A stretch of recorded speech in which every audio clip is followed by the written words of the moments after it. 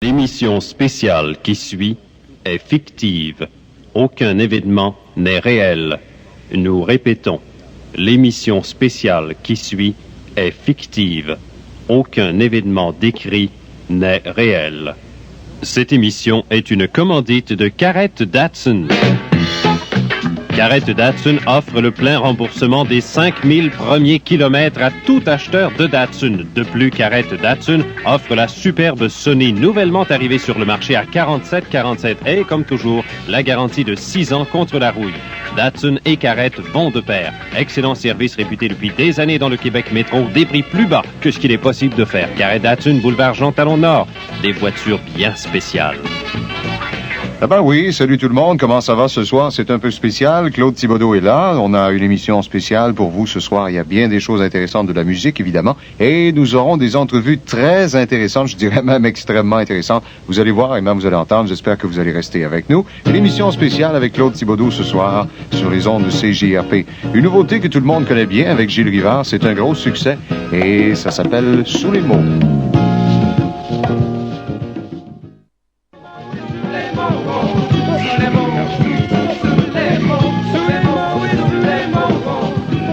Et voilà, Gilles Rivard, la nouveauté au palmarès de CJRP, Sous les mots. On revient dans 60 secondes. 47 chez Carrette Automobile. Eh ben oui, sur les ondes de CJRP ce soir, un spécial avec Claude Thibodeau. Et je voulais vous... Oh, tiens, regardons qui est-ce qui m'arrive. Jean Cazot qui est avec nous ce soir, mais vous prenez de l'avance, mon cher, sur vos interventions. Vous voulez quoi, profiter de ma présence pour vous faire un nom sur mon show? Non, Claude, merci. Non, pas très exactement. Non, je viens tout simplement faire mon petit tour maintenant, histoire de ne pas perdre la main. Oui, quand on vous connaît, les femmes surtout, savent que vous parlez beaucoup avec vos mains. Ce serait triste si vous les perdiez. Oui, au départ, c'est exact. Oui, d'autant plus qu'on peut compter sur moi pour vous relancer, là, comme sur les 10 doigts de la main. Vous êtes bien bon. J'espère que vous me mettrez pas à l'index. Non, mais monsieur est subtil ce soir, sauf dans les cas de force majeure. Et même là, je me permettrai de vous dire que je vous donnerai un coup de pouce, mon cher. On n'en sortira pas. On s'enlise. OK. J'ai une petite information à vous livrer, Claude. Un autre que moi ne s'y intéresserait pas, sans doute. Ah, ben c'est curieux, ça. Je suis un petit peu fanatique des nouvelles de ce genre-là. Alors, vous me passerez cet excès de zèle. Moi, mais allez-y, là, parce que vous êtes en train d'en faire du zèle. Bon, alors, j'y viens. Je viens de recevoir, il y a quelques minutes, l'appel d'un auditeur m'informant qu'un ovni vient de se balader au-dessus de sa tête. Quoi? Un ovni encore? Il semblait qu'il rirait. Ben oui, mais un ovni. Oui, un ovni. C'est un objet volant non identifié, c'est ça? Un objet volant non identifié, c'est exact. Et ce monsieur prétend avoir vu passer au-dessus de chez lui, je précise que c'est à Saint-Augustin, plusieurs petits objets lumineux semblaient se diriger vers le sud-est. Voyons, plusieurs. Déjà, c'est qu'on n'en voit pas souvent. Monsieur est un gars chanceux. Mais pour vous appuyer, là, est-ce que les gens de l'ancienne Lorette, à l'aéroport, je veux dire, les gens dans la tour de contrôle, est-ce qu'ils ont observé quelque chose? Non, en ce qui a trait à l'aéroport, la tour de contrôle n'a rien à signaler, mais de toute façon, j'aime autant vous le dire que ces gars-là sont pas très bavards dans les circonstances. Des fonctionnaires, je les connais. S'il y a du nouveau, j'espère que vous allez nous le faire savoir. On va leur dédier des tunes spéciales. Je sais pas, mon rencontre du troisième type ou le thème de Star Wars. Est-ce que ce serait la première fois qu'on en verrait plusieurs avant de nous laisser, là, de ces ovnis-là, en même temps, je veux dire? J'aime votre question. Là, à Québec, ce serait la première fois, à ma connaissance. À Montréal, on a déjà observé la chose vers 1965. Ouais. Mais la plus belle formation d'ovnis, là, remonte à... Si on parle évidemment d'une formation d'ovnis. Des vrais de vrais. Oui, ça remonte à 10 ans à Lubbock, au Texas. Ah ben, merci beaucoup, Jean Cazot. Probablement des pilotes d'ovnis qui aimaient la musique country western. Il n'y en a pas tellement sur notre émission ce soir. C'est Claude Thibodeau qui est là. C'est un spécial ce soir. Je vous invite à être prudent. On sait qu'il y a beaucoup de monde sur les routes à l'heure actuelle. On revient de faire le magasinage avec la petite famille. Prudence, on ralentit si vous voulez pas qu'il vous arrive ce que les Bee Gees nous chantent, extrait de leur nouvel album, It's a Tragedy.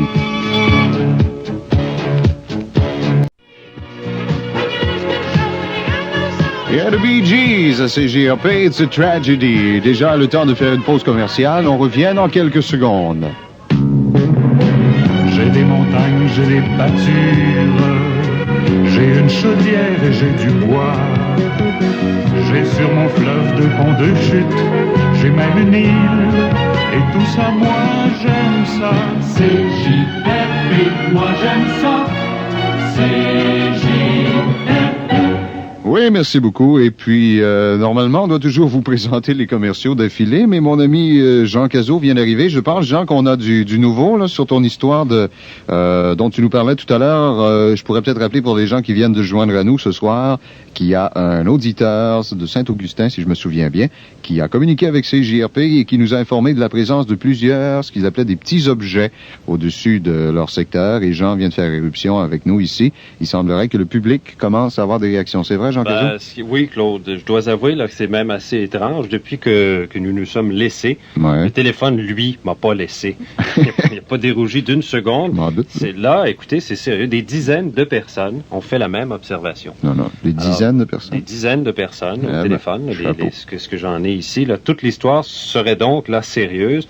On parle de 10 à 15 formes lumineuses, Ouais. très rondes, qui circulent à l'ouest de la ville, près de Saint-Augustin, et ce, à faible vitesse. Et là. ce ne sont pas des voitures de police. J'ai pris des notes ici, non. J'ai pris quelques secondes pour aller voir à l'extérieur. Il n'y avait rien de spécial. Ouais. Vous parlez de voitures de police. J'ai communiqué avec la Sûreté du Québec et de leur côté, on ne sait pas grand-chose, sauf qu'une voiture patrouille est en route pour le secteur des observations. Et Ouais. c'est Cap-Rouge, Saint-Augustin et les environs. Ouais, ça prend des proportions peut-être un peu spéciales, là, cette histoire. Plutôt inattendu, oui. Et dans les minutes qui vont suivre, nous serons en mesure de donner Ouais. plus de détails. Ouais. Jean, s'il s'agissait de choses purement naturelles, là, ça s'est déjà vu. Ces choses-là ont souvent été discutées, des trucs, des lumières, des avions, des ballons, enfin, je sais pas. Là, Oui, c'est très possible. De toute façon, ça, on le saura très bientôt et je retourne à mes téléphones. Bon, OK, bon travail. On est de retour dans quelques secondes. 47 chez Carrette Automobile. Bon, Jean Cazot est de retour avec nous et cette fois-ci, Jean, je pense que vous avez un auditeur en ligne, c'est ça? C'est exact, Claude. Il s'agit de monsieur... Bon, j'allais donner son nom. Ouais. Enfin, voici ce monsieur. Monsieur, ici Jean Cazot, je vous écoute. Veuillez répéter ce que vous m'avez mentionné. Allô? Allô? On est chez les airs, là? Oui, monsieur, allez-y, on vous écoute. Là. Qu'est-ce que vous avez vu? Tout le monde parle d'OVNI, les formes lumineuses. Est-ce que vous pourriez nous préciser davantage? Préciser. Je veux bien préciser certains. Je les ai pas vus, moi, auditorieux. Je les ai vus, là, dans le moment où je vous parle. Mais vous dites que vous les voyez présentement. Est-ce que vous êtes sérieux? Où est-ce que vous êtes actuellement, monsieur? À Saint-Augustin, une couple de milles dans le village. Ouais. Ils sont une maudite gang à part ça. Moi, tout à l'heure, j'en ai compté 15. Ben oui, mais 15 quoi, en fait? Ben, écoutez, là, je peux pas vous dire c'est quoi, mais je l'ai vu, 15 affaires bien rondes, brillantes, comme des lampes de rue, puis d'une couleur que j'ai jamais vue. Puis ils sont à peu près à 500 pieds dans les airs. Je suis toujours bien pas fou. Mon chien hurle comme s'il voyait le diable. Ma femme a peur, puis les enfants, c'est pareil. Puis là, moi, j'ai appelé la police pour vous dire, ben franchement, je sais plus trop quoi faire. Oui, mais monsieur, ces objets-là dont vous parlez, là, est-ce qu'ils sont gros? Je veux dire, quelle dimension ça peut avoir, à peu près? Ben, je sais, à Cachat, qui font 30 pieds, ils sont gros, mais s'ils veulent descendre, ils ont de la place en masse. Claude, nous sommes en liaison avec Marc-André Richard. Bon, alors très bien, monsieur. On vous remercie beaucoup de vos précisions. Alors, en liaison maintenant avec notre reporter Marc-André Richard, on vous écoute. Je suis surveillé et il semble que... Bon, s'il vous plaît, pour l'instant, j'ai l'impression qu'il nous est impossible de rejoindre le reporter. Je sais pas pourquoi, on va essayer d'expliquer. On vient de fermer la communication. De toute façon, 15 objets lumineux d'origine actuellement inconnue sont au-dessus de Saint-Augustin. Il semblerait que l'affaire est très sérieuse, même que tantôt, ceux qui étaient avec nous ont réalisé qu'on a eu de la difficulté à rejoindre notre reporter Marc-André Richard. Mais maintenant, je crois qu'on est en mesure de lui parler. J'ajoute ceci, Claude, avant de nous rendre là-bas, que le professeur Marcel Gaillac du Centre d'astronomie d'Ottawa sera ici dans quelques minutes pour nous permettre d'évaluer toute la portée du phénomène. Maintenant, on va tenter de nouveau d'entrer en communication avec Marc-André Richard. Marc-André Richard, êtes-vous à l'écoute? Oui, Jean Cazot, à l'écoute. Est-ce qu'il est possible, d'où vous êtes, de nous décrire un peu ce qui se passe? Voici, je suis présentement à Saint-Augustin, à quelques kilomètres de l'église. On peut compter 1 mille et demi environ après la jonction des boulevards Hamel et Charette. Ce que je vois présentement dépasse l'imagination. Je ne pensais jamais avoir l'occasion de voir ça. À quelques 500 pieds dans les airs, il y a 15 objets lumineux de forme parfaitement circulaire. Ils sont d'un blanc bleuâtre assez curieux, une sorte de luminescence qui rappelle le magnésium en fusion. Leur luminosité est très forte, très puissante, mais pas aveuglante. Ils sont disposés dans le ciel selon une figuration triangulaire. De l'endroit où je me situe, j'en vois un sur le premier rang, 2 sur le second, 3 sur le troisième rang, et ainsi de suite. Ça rappelle la disposition des quilles sur une allée. Je m'y connais pas tellement en phénomène naturel, mais je serais très surpris qu'il y ait du naturel dans tout ça. La disposition est parfaite et, attendez, oui, il se passe quelque chose. Je descends du véhicule. Je remarque qu'il y a au moins 300 à 400 personnes sur place. Il semble que les objets échangent des signaux entre eux. Les premiers objets de chacune des rangées, côté sud de la formation, ont émis un trait lumineux vers le sol. Comme effet, c'était assez fantastique. La foule se comporte très bien, mais à la suite de ce changement, après que les objets aient fait ces signaux, il y a eu comme un mouvement de foule. Et derrière moi, les voitures commencent à arriver. J'ai l'impression que d'ici peu, on fermera la route. Déjà, plusieurs voitures de la Sûreté du Québec sont ici. Je ne les avais pas remarquées au tout début, mais je peux en compter certainement une demi-douzaine. Marc-André Richard, demeurez à l'écoute. On m'avise que Pierre Dutil est maintenant à bord de l'hélicoptère CJRP et se rend sur les lieux. Il semble que Pierre soit en position de voir la scène aussi. Pierre Dutil, à vous. Oui, Jean Cazot, mon pilote et moi sommes tout simplement bouleversés. Déjà, des centaines de voitures se dirigent vers le lieu de l'observation et je me serais attendu à l'inverse, c'est-à-dire que les gens sont en train de quitter le secteur. D'ici, je ne peux confirmer les dires de Marc-André Richard. Nous sommes cependant placés à la même hauteur et au même niveau que les objets et je suis tenté de dire les engins. Ils nous apparaissent très plats et on peut les comparer à une montre bracelet peut-être dont les rebords sont... Bon, alors, OK. Des interférences nous empêchent d'aller plus loin avec Pierre Dutil. Le professeur Marcel Gaillac est présentement en studio, mais avant de nous entretenir avec lui, nous retournons à Marc-André Richard. Alors, les objets n'ont pas bougé, ils sont là parfaitement immobiles. La foule est un peu plus agitée et de plus en plus nombreuse. J'ai avec moi le lieutenant Robert de la Sûreté du Québec. Lieutenant, selon vous, que sont ces objets? Bien, M. Richard, nous avons été appelés par des dizaines de gens en rapport avec ces choses que nous sommes en mesure de voir. Je ne peux pas vous dire c'est quoi au juste, mais depuis que nous sommes ici, ça semble pas tellement dangereux. Mais comme on ne sait jamais, nous avons pris des mesures pour contenir la foule à l'intérieur d'une zone sécuritaire. Je tiens à dire aussi que les routes qui mènent au secteur seront fermées. Maintenant, afin de faciliter le travail des agents, je demande à la population de collaborer et de ne pas emprunter les boulevards Charest et Hamel. S'ils désirent se rendre en direction de l'ouest, c'est la seule chose qu'il faut éviter. La seule voie ouverte en direction est est pour sortir seulement. Des dispositions vont être prises pour dégager la route vers Québec en cas d'évacuation du secteur. En cas d'évacuation? Oui, ben, écoutez, c'est une mesure de protection sans plus. Les gens se comportent mieux que nous ne l'aurions espéré dans une situation comme celle-là. Même si ce qui se passe est en dehors de l'ordinaire, tout est sous contrôle. Et jusqu'à maintenant, on n'a reçu aucun ordre d'évacuer et notre rôle consiste à garder le calme dans la population et d'empêcher les routes de se bloquer. Dis donc, lieutenant, est-ce que vous avez eu connaissance de l'action qu'entend prendre l'armée? Pour le moment, nos forces suffisent. Et comme je l'ai dit tantôt, la situation est peut-être différente que d'habitude, mais tout est sous contrôle pour le moment. Marc-André Richard, nous recevons à l'instant une communication de Montréal. L'émission spéciale qui suit est fictive. Aucun événement n'est réel. Nous répétons, l'émission spéciale qui suit est fictive. Aucun événement décrit n'est réel. Mesdames et messieurs, voici une communication importante. Des objets étranges et lumineux sont actuellement à survoler divers points du globe.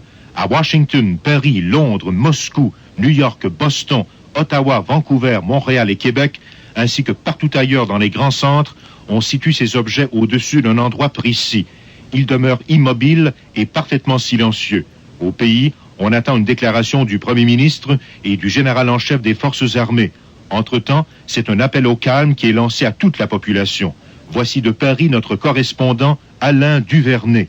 À Paris, c'est la consternation. Voilà que des soucoupes volantes survolent les Champs-Élysées. Il y a longtemps que les Français n'avaient connu ce frisson d'épouvante, celui de l'invasion. Le président de la République a déjà demandé à tous de garder leur sang-froid. Les CRS sont en état d'alerte et à Paris même, les objets sont au nombre très précis de 15 en formation impeccable. Ils sont vus à Rouen, à Brest, Marseille et selon des rapports plus récents, on croit que la France entière est envahie. En Angleterre, aux États-Unis, au Canada et même en Chine communiste, de partout fusent des rapports.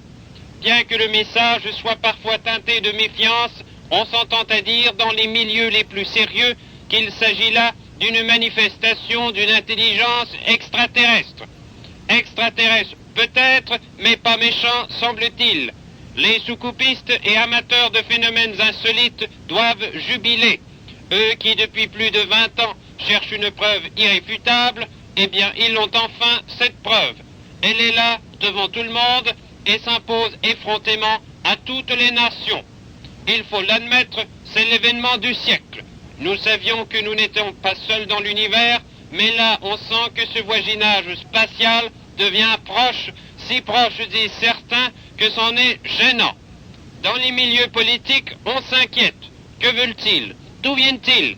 Et chez les militaires, on pense stratégie. Certaines rumeurs courent à l'effet que des armes puissantes, voire des missiles, seraient cachés non loin des lieux de l'observation. Quoi qu'il en soit, Karl Bergenstein de l'Université de Paris a déclaré tout à l'heure à la presse « Ils sont d'ailleurs, nous sommes d'ici. N'empêche qu'ils sont ici pour nous. La paix ou la guerre, nous sommes prêts à la paix, nous pouvons supporter l'un, mais pas l'autre. Souhaitons que nous n'en soyons pas rendus là avec le reste de l'univers. » Ici, Alain Duvernez pour Radio Mutuelle, Paris. Voici un communiqué émis par le cabinet du Premier ministre du Canada. Les objets actuellement rapportés au Canada et à travers le monde sont inoffensifs et la population doit garder son calme. La situation est sous contrôle. Bon, alors maintenant, j'ai le professeur Gaillac qui est avec nous. Professeur, de façon générale, votre opinion sur tout ce qui se passe présentement?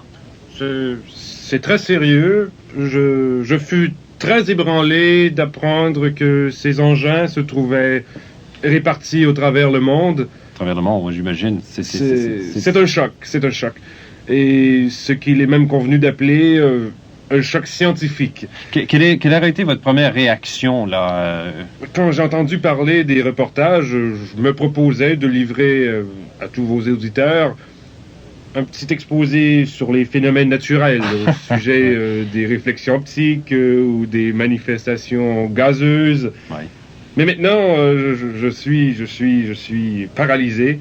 Là, nous les voyons partout dans le monde et le docteur Bergenstein, d'une sommité mondiale, son opinion fait force de loi dans plusieurs domaines et je m'incline. Le synchronisme parfait de cette manifestation écarte toute probabilité d'une manifestation de la nature. Mais il reste un doute?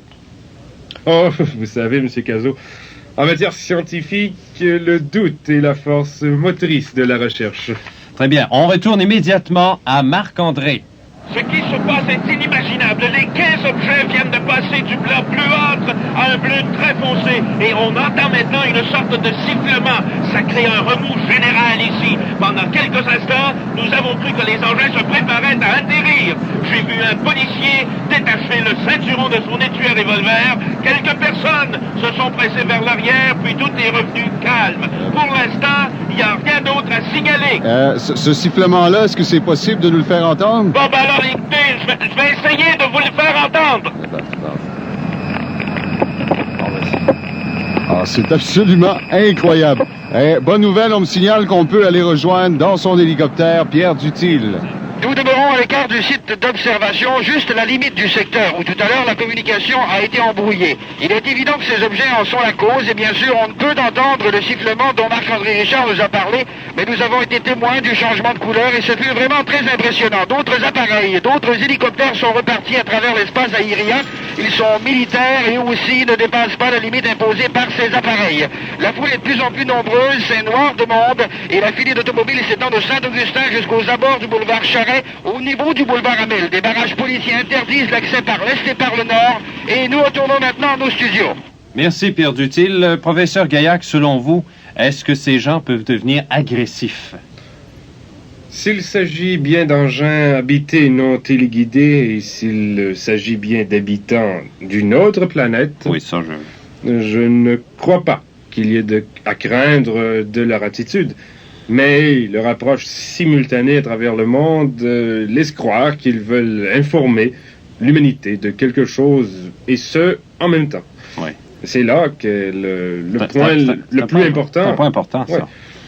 Ils n'ont pas tenu compte des fuseaux horaires. Voilà, c'est ce que j'ai remarqué.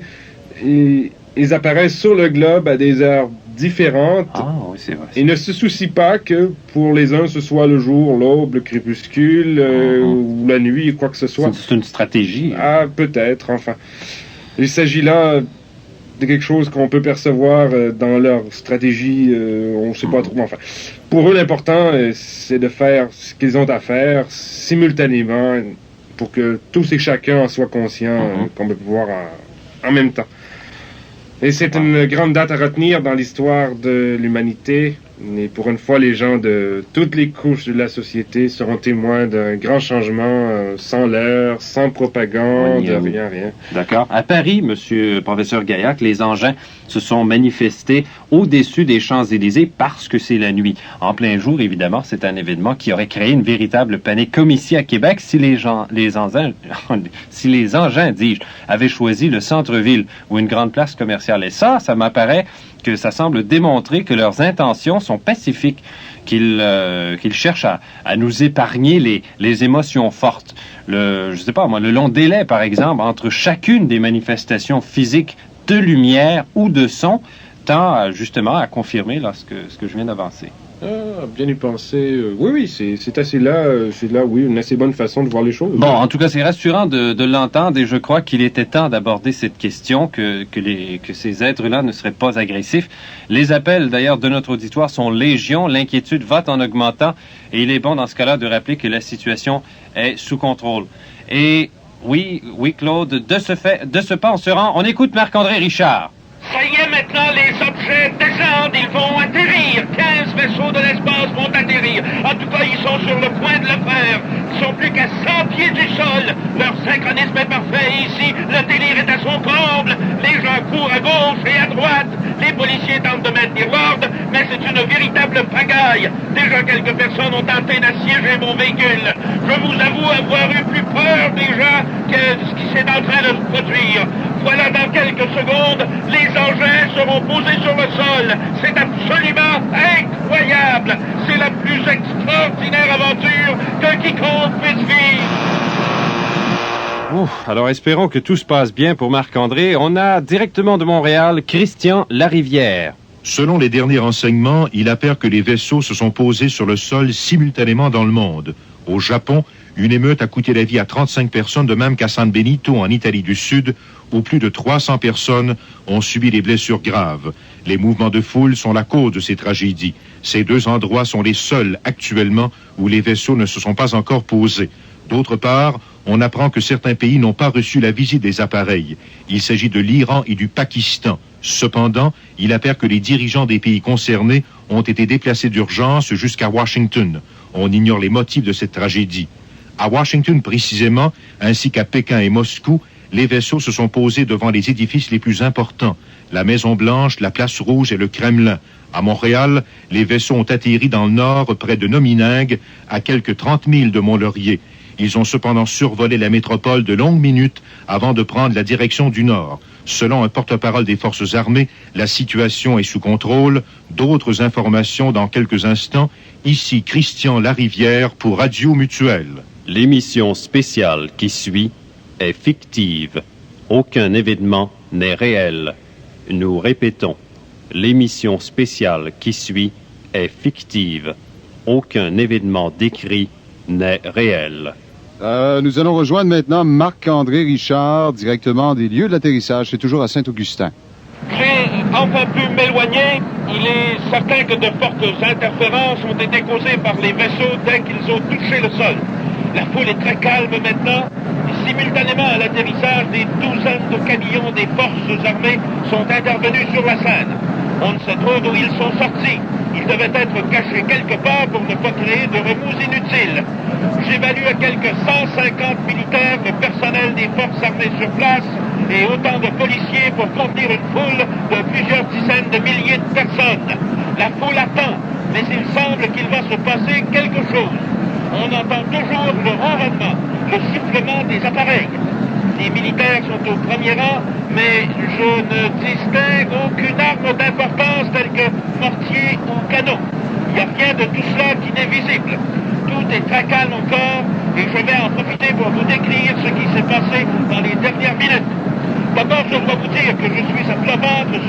l'état de mon véhicule.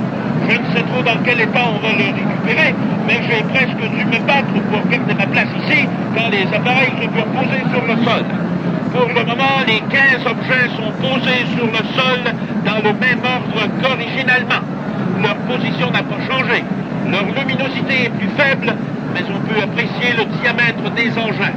Ils sont d'une largeur appréciable, d'ici à quelques 40 pieds, et entre chacun d'eux, l'espace est équivalent à ce même diamètre. La surface de terrain occupée est d'environ 180 000 pieds carrés. C'est très impressionnant. Je vous retourne maintenant à la régie centrale. Eh bien, je tiens à préciser qu'à la demande du premier ministre du Québec, il y a le professeur Gaillan qui était avec nous en studio et qui s'est rendu... C'est bien ça, Gaillan, c'est ça? Gaillac, excusez-moi. Alors, le professeur s'est rendu à l'héliport du ministère des Transports. C'est sur le chemin Sainte-Foy, je pense, Jean, c'est ça? C'est ça. Alors, il a été accueilli par un hélicoptère à bord duquel on pense que pourrait se trouver précisément le premier ministre et des représentants du haut commandement militaire et évidemment de la Sûreté du Québec. Quant à Pierre Dutil, qui se trouve également à bord de notre hélicoptère à nous, l'hélicoptère de CJRP, on nous a appris tantôt qu'il a dû se poser, évidemment, non loin de ce fameux site d'atterrissage. Alors, sa position est à peu près identique à celle de Marc-André Richard. Et je pense qu'on attend d'autres développements avant nos sirènes, c'est ça, Jean? On m'avise, Claude, qu'un troisième reporter est à la base de Valcartier pour assister à une conférence de presse de dernière minute.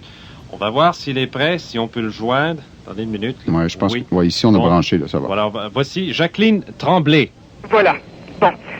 Patientez quelques instants, là, ça ne devrait plus tarder. Bon, c'est fait. Alors, je suis présentement dans la salle de presse adjacente au bureau du commandant dans la base de Valcartier. Ici, on est plusieurs dizaines de journalistes, on est très émus, on sent qu'il y a beaucoup de choses qui se passent, on ne sait pas encore quoi ou juste, quelles sont les réponses que le commandant va nous donner.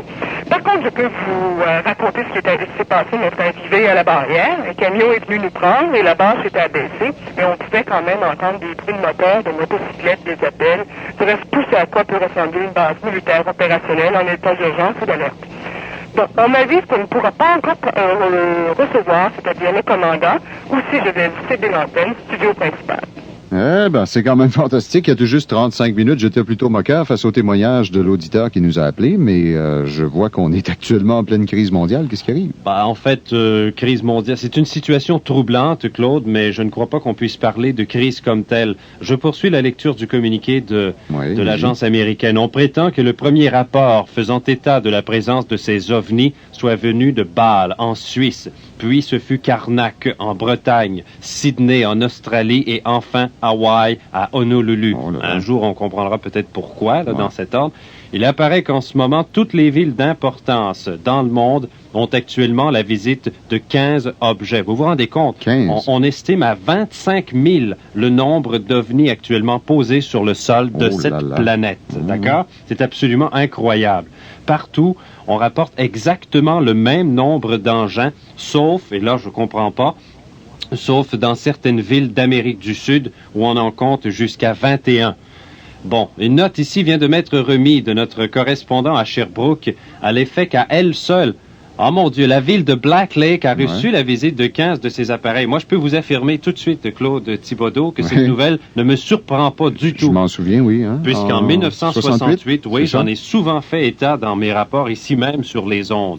La région des mines d'amiante est un endroit très particulier. Oui. On nous fait signe qu'il est temps de rejoindre Marc-André Richard. Rien de spécial encore à signaler, sauf qu'une personne a tenté de franchir le cordon de militaire pour atteindre les objets.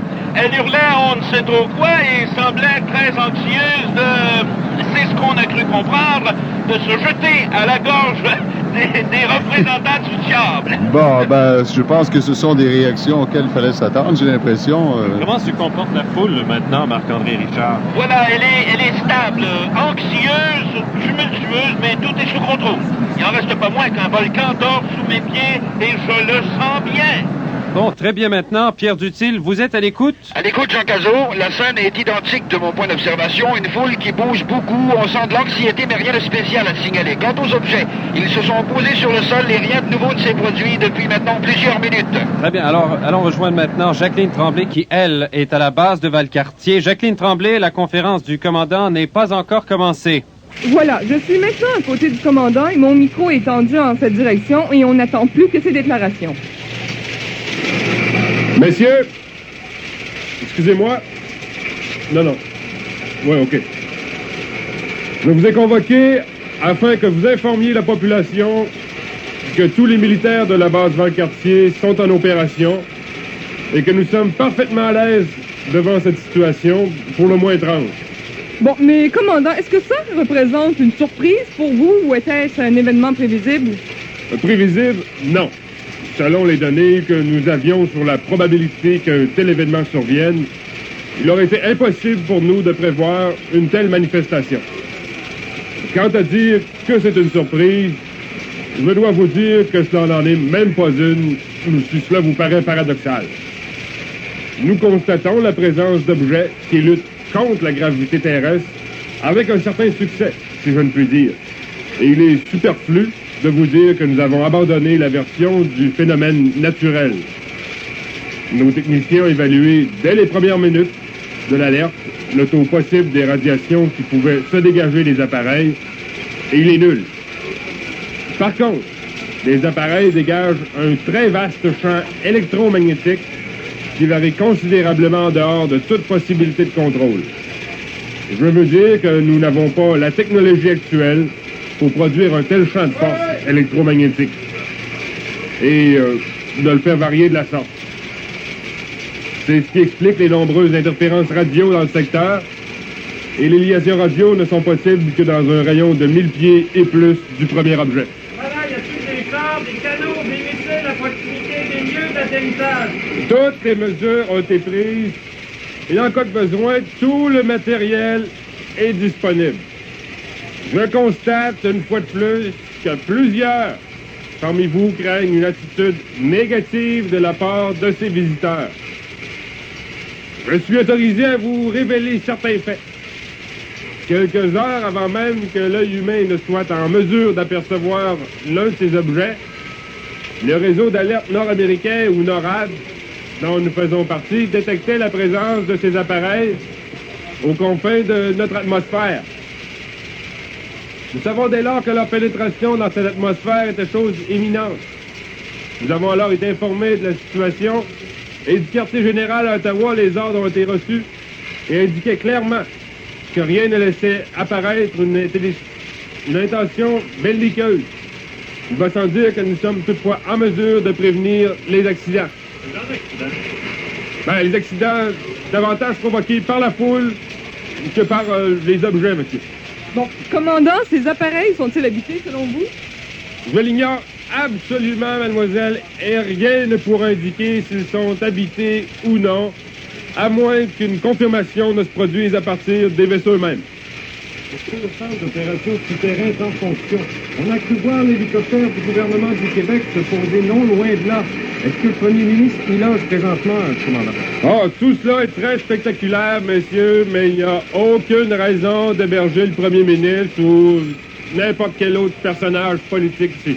Oui, mais ce souterrain n'est-il pas en cas n'est-il pas là en cas d'attaque nucléaire? C'est exact, mais c'est pas la situation présente, n'est-ce pas? Bon, quelle est la position du gouvernement fédéral? Le communiqué du premier ministre me paraît très clair. Et c'est pas mon devoir de l'interpréter au-delà des données qui nous viennent du quartier général à Ottawa. Jacqueline Tremblay, nous devons vous interrompre. Des événements viennent de se produire sur les lieux de l'atterrissage et je vous suggère même d'aller y rejoindre aussitôt que possible, si c'est faisable. Marc-André Richard. Marc-André, on vous écoute. Qu'est-ce qui se passe? C'est ahurissant. L'objet en tête de la formation, celui qui se situe le plus près de nous, vient de diminuer d'intensité lumineuse. Il est maintenant possible de voir la forme de l'objet et son aspect métallique. C'est absolument incroyable. Une porte. Oui, une porte. On distingue maintenant clairement, sur le devant de l'appareil, deux traits parallèles qui pourraient être une porte. Marc-André, quelle forme ça a, cet objet-là, là? Voilà, c'est ronde, sphérique, ronde comme une toupie, ou quelque chose du genre. Mais c'est plat aussi. Et sur le dessus, il y a comme un dôme, très peu accentué. C'est la soucoupe volante parfaite comme on en voit au cinéma ou dans les bandes dessinées. Mais c'est du réel cette fois-ci. Elle est là devant nous. Et cette porte qui ne cesse de me faire penser qu'il est possible vous entendez bien ce que je vous dis. Oui. Il est possible que d'ici quelques minutes, nous soyons en face d'un être extraterrestre. Un être provenant d'une autre planète. Je vois vraiment pas pourquoi il en sera autrement. Ils sont venus de milliers de milles. Je n'y connais absolument rien. Mais en fait, ils sont venus de très loin. Ils ont atterri. Et maintenant, ils viennent comme de couper le moteur. Après de très longues minutes de suspense. Là, je pense qu'on est tous émus ici en studio. La foule, Marc-André, la foule, comment se comporte-t-elle? Attendez, on me dit que Pierre Dutil peut m'informer. Demeure en ligne, Marc-André, on va revenir. Pierre Dutil, vous voyez cela d'un autre angle?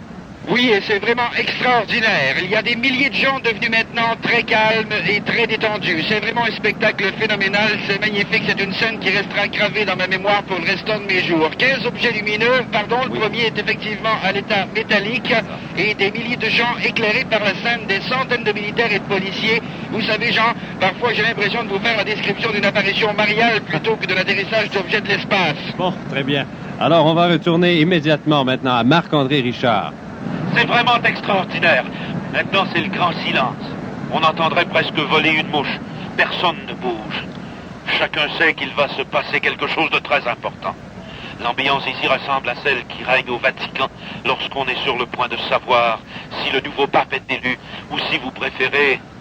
Oh, voilà, cet instant tant attendu, depuis 1 heure, je suis tenté de dire depuis des années, la porte, cette fameuse porte sur laquelle des milliers d'yeux sont braqués, commence lentement à s'ouvrir. Messieurs, j'ai l'impression que nous allons vivre des moments extraordinaires. Oui, c'est le prolongement de moments extraordinaires depuis 3 quarts d'heure, Claude. Oui, messieurs, nous vivons des secondes exaltantes.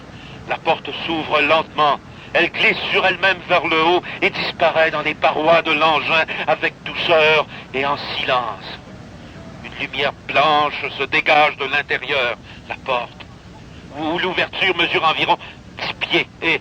Oh, le cœur me débat. Je suis épouvantablement ému par ce qui nous arrive. On vous supporte, Marc-André. Rendez-vous compte, pour la première fois, en public, si je puis dire, un être provenant d'une autre planète. Le réalisez-vous, d'une autre planète? Du moins, je l'espère, comme tous ces gens qui sont ici. Un être d'un autre monde va sortir. Je m'attendais à un cri dans la foule, mais il n'y a rien eu.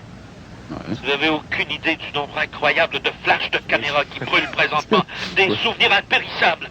Personne ne semble craindre ce qui va se passer. La porte est maintenant ouverte. Je peux dire complètement ouverte et je suis placé de côté. Je ne vois pas à l'intérieur, mais cette lumière est sans doute peut-être trop forte pour qu'on distingue quelque chose à l'intérieur, mais derrière cette ouverture se cache un représentant d'un autre monde. Une humanité différente, de langue, de culture et sans doute de forme physique différente.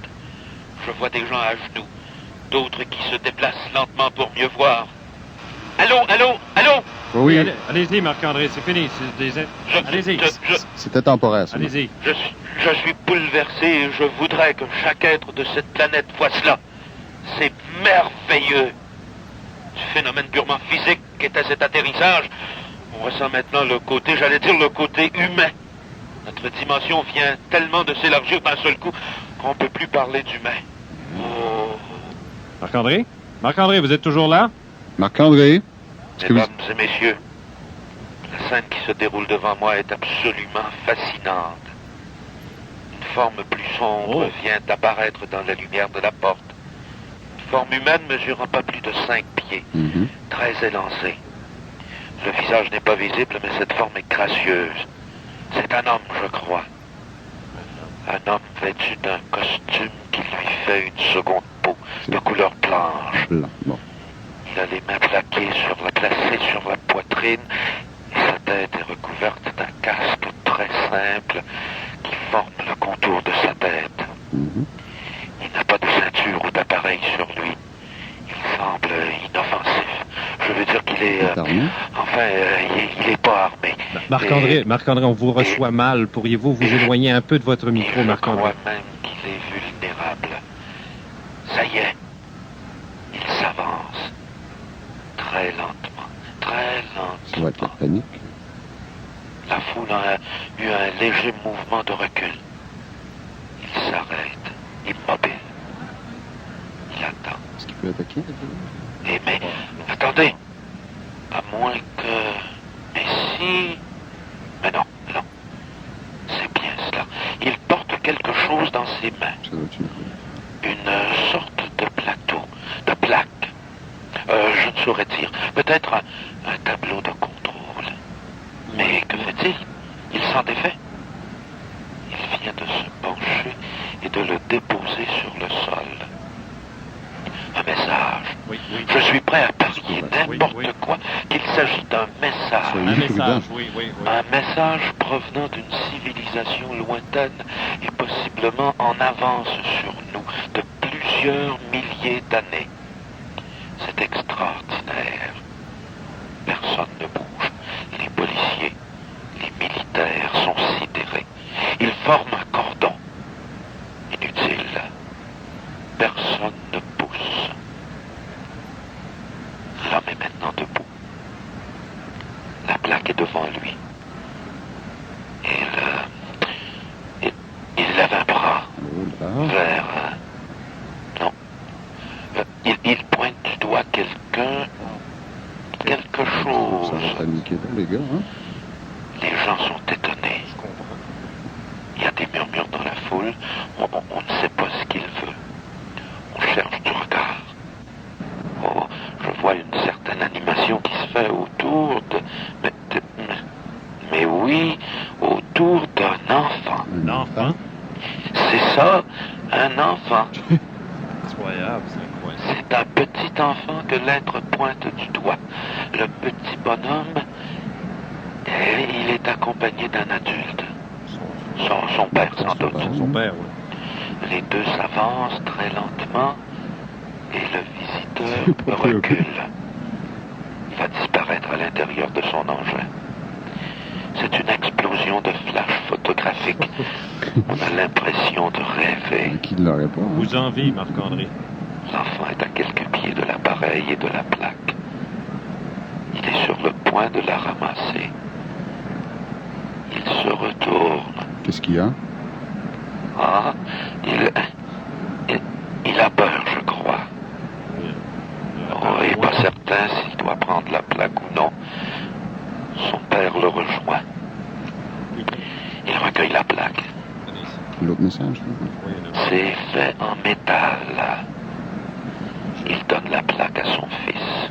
Je dis son fils, là, sans trop savoir.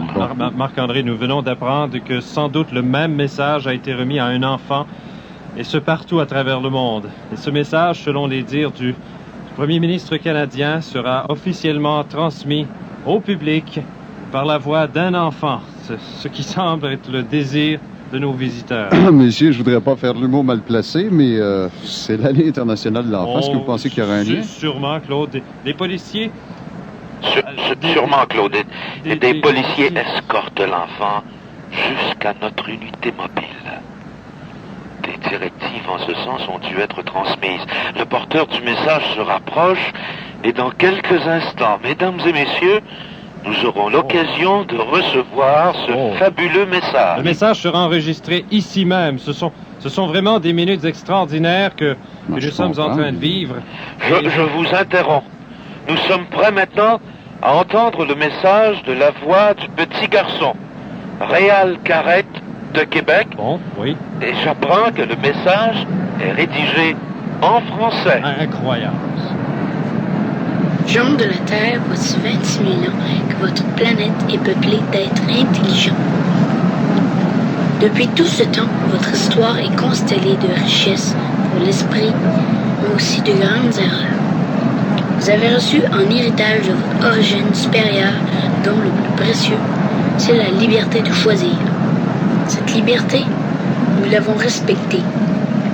Il n'a jamais été de notre devoir d'intervenir dans vos guerres, dans vos disputes, et par avantage au niveau de grandes réalisations.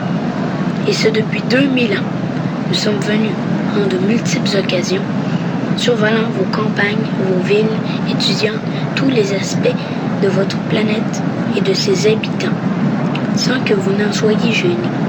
À plusieurs reprises, nous étions visibles afin de stimuler votre conscience à notre présence. Vous avez choisi de nous ignorer. Cette fois, nous avons pris la décision de vous rencontrer de façon telle qu'il soit impossible de nier notre présence. Tout cela parce que nous avons un message à vous livrer. Un message d'espoir en provenance des mondes habités qui peuplent l'univers. Il doit être entendu et compris par tous. Il a été livré en toute langue et remis aux représentations de toutes les races dans chacune des contrées de cette planète. Ce que vous êtes vraiment repose à l'intérieur de vous-même, caché par vos désirs constants d'assurer le bien-être de votre nature humaine et animale. Pourtant, il ne peut rien arriver à celui qui est en vous. Rien, ni guerre, ni maladie, ni pauvreté, ni misère ne peuvent atteindre votre authentique personnalité. C'est l'amour qui vous y conduira, guidé par la sagesse et la vérité sur vous-même. Découvrez votre vraie nature. Soyez des nôtres. Ceci est notre dernière grande visite sur votre planète, car bientôt, il ne serait inutile de revenir. C'est un enfant qui lisait ce message, afin de vous rappeler votre simplicité et votre pureté originelle intérieure. Et voilà le plus extraordinaire message que l'humanité ait reçu depuis 2000 ans. C'est le commentaire du père de l'enfant. Sa mère a fondu en larmes et un autre homme non loin de moi a murmuré que rien n'était plus humiliant pour l'homme de se faire dire ces choses par la voix d'un enfant. C'est une grande leçon. Les vaisseaux sont en position de départ. Leur luminosité s'est accentuée. Et les voilà qui décollent lentement. Ils sont maintenant, et voilà, ils disparaissent à une vitesse épouvantable. C'est ahurissant, c'est vague. L'émission spéciale que vous venez d'entendre était fictive. Aucun événement décrit n'était réel. Nous répétons, l'émission spéciale que vous venez d'entendre était fictive. Aucun événement décrit n'était réel. Cette émission était une présentation de CJRP Radio Mutuelle Québec. Scénario et réalisation de Jean Cazot. Enregistrement et montage de Richard Laberge. Ont participé à cette émission Claude Thibodeau, Laval Provencher, Jean Cazot, Michel Carrier, Michel Proux, Jean-Claude Lachance, Michel Carrette, Hélène Paulin, Michel Monpetit et Carl Cazot. Le service des nouvelles de CJRP et de Radio Mutuelle n'a d'aucune façon été impliqué dans ce reportage fiction. C'était une commandite de Carrette Datsun. Maintenant, on peut le dire, les Datsun de Carrette sont spatiales.